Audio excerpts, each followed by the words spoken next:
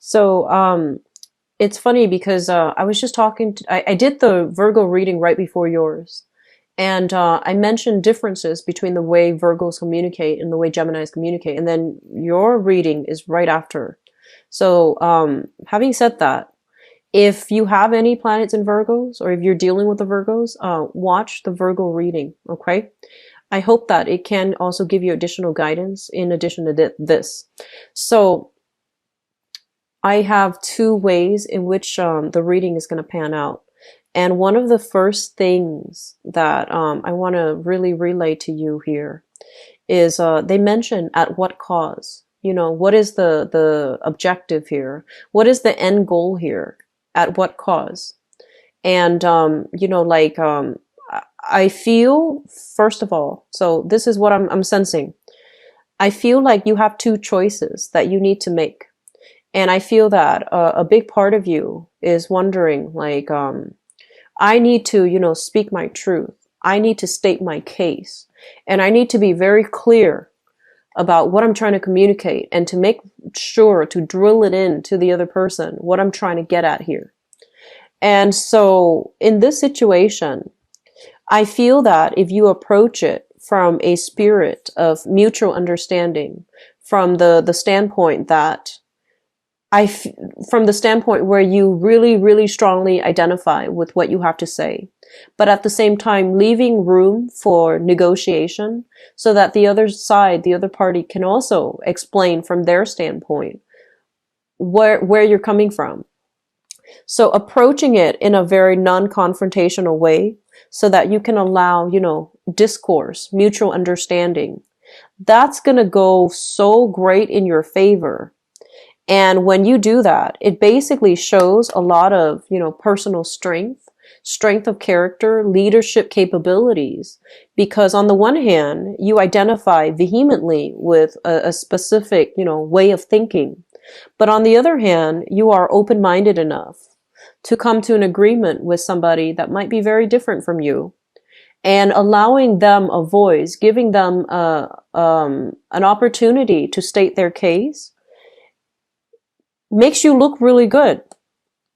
Makes you stand out as somebody who is open-minded, as somebody who is not afraid of dissent, as somebody who really knows how to control, manage, and, you know, lead others. And so I feel that the more open-minded you are, the more success will be coming through for you. Not just this month, but I feel in life overall. And the other path that we have here is, this is us living in a bubble. This is us with a specific agenda, wanting to basically, we have ideas, right? And we want to implement our ideas in the world. And you might have some people, detractors, telling you, wait a minute, that's not, you know, going to pan out. Or wait a minute, you really need to re-examine this.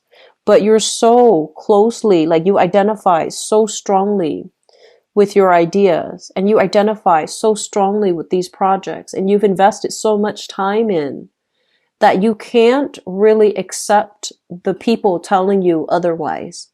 And so there's a very singular, like almost tunnel vision way of looking at situation where we feel like failure, we're exempt from failure. We feel like we have so much power and we have so much control. Nothing's going to go wrong. So all of these people that might be, you know, that might be like trying to, you know, tell you to reevaluate, trying to tell you of an alternative course of action. You feel like they're trying to hold you back. You feel like they're jealous. You feel like they're, for whatever reason, insecure because they are afraid of your success.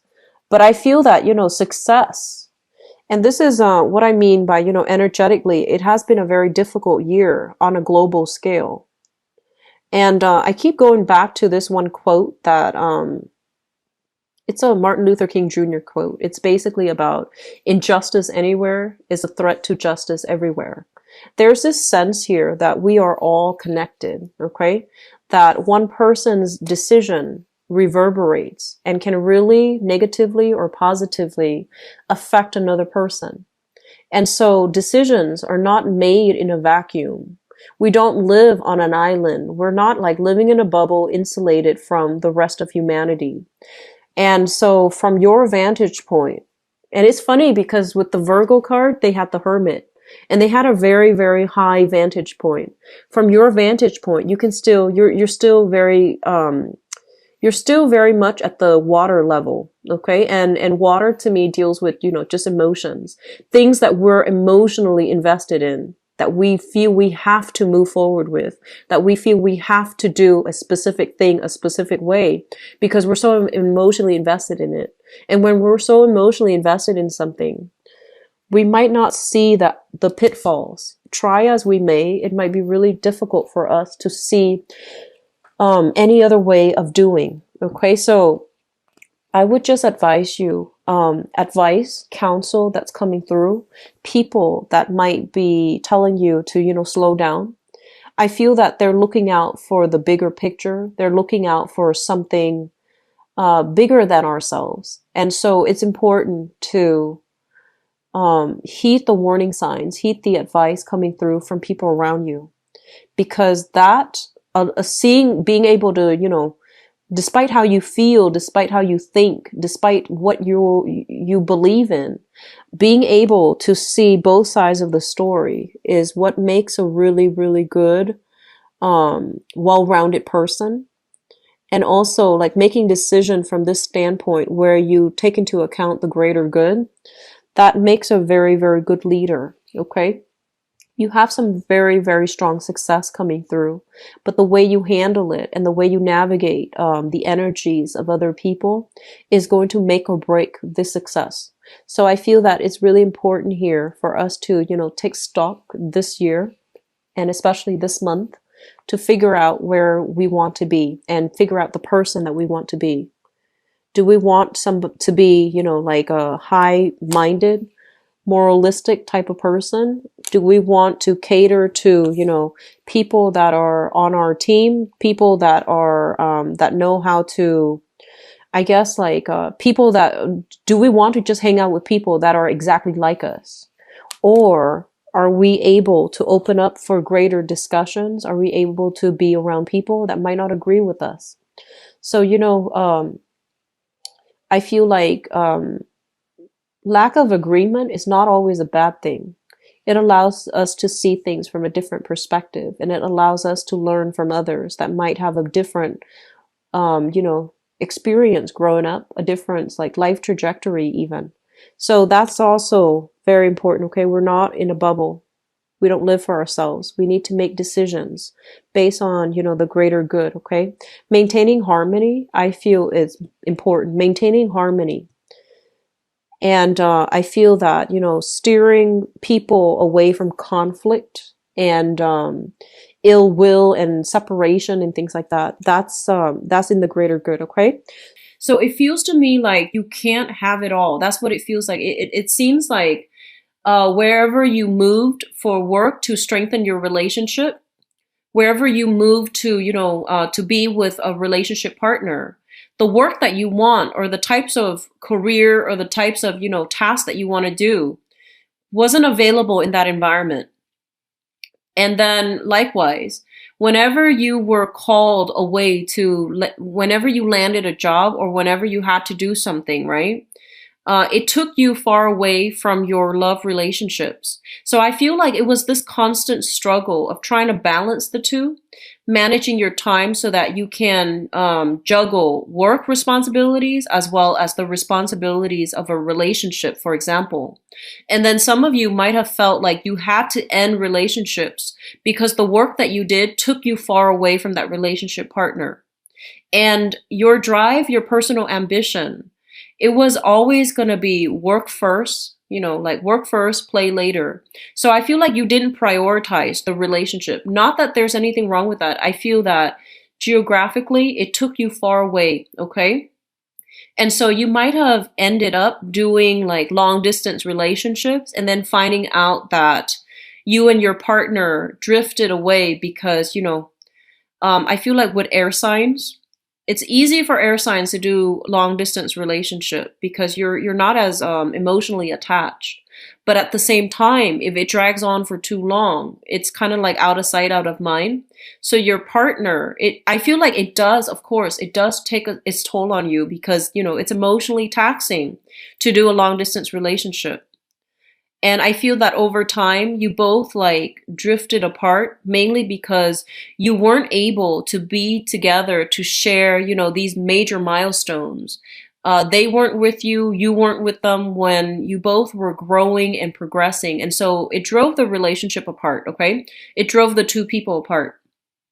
And so I feel like that has been happening for you guys for the past 3 years. And I also feel like, getting involved with people in your work environment, that might have also happened where it really hurt your professional image or it really hurt your credibility. So be careful about that. But I feel like there was some tragedy here surrounding love. And having said that, I feel like what's coming in for many of you is a new love relationship. And I feel some of you are already in it.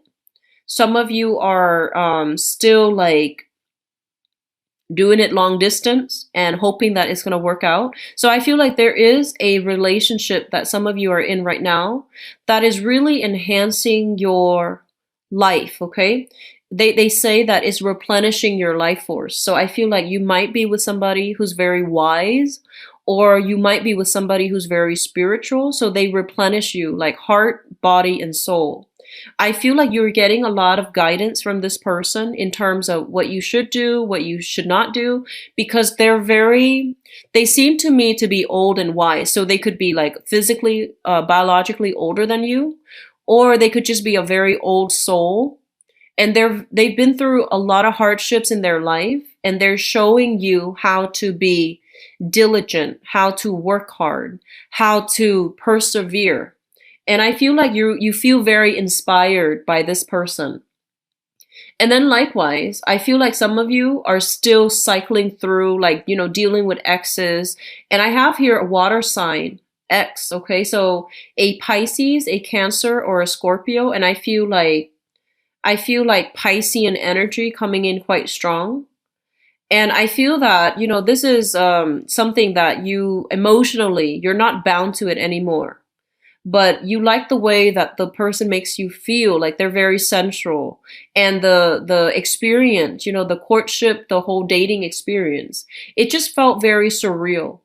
It just felt like a little bit magical and a little bit surreal. But what you have right now is so much more, it has so much more depth. It has so much more potential than that relationship in the past. Okay, so I feel that a lot of you are spending time cultivating a relationship, learning a lot about yourself, learning how to, I guess, be patient when dealing with other people, learning as well that while you are at your best in a relationship, you are also able to learn to be on your own, learn to take care of practical responsibilities, and learn about a lot more about yourself. Okay, so like more about your inner strengths, your weaknesses, how to work to improve your weaknesses, and how to fortify your strength. Okay, your assets. So I feel like a major growth spurt is happening for many of you.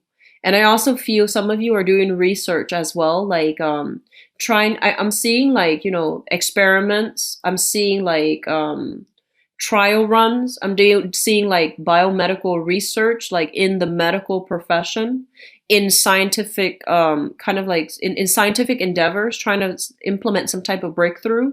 You might have a partner that you're working with, and the both of you are so different that you're learning a lot from each other. So I feel like the next 2 weeks will be greatly about collaboration, okay? About learning, collaborating, expanding your mind, expanding your consciousness, and having very strong epiphanies and breakthroughs, okay? Like those breakthrough moments.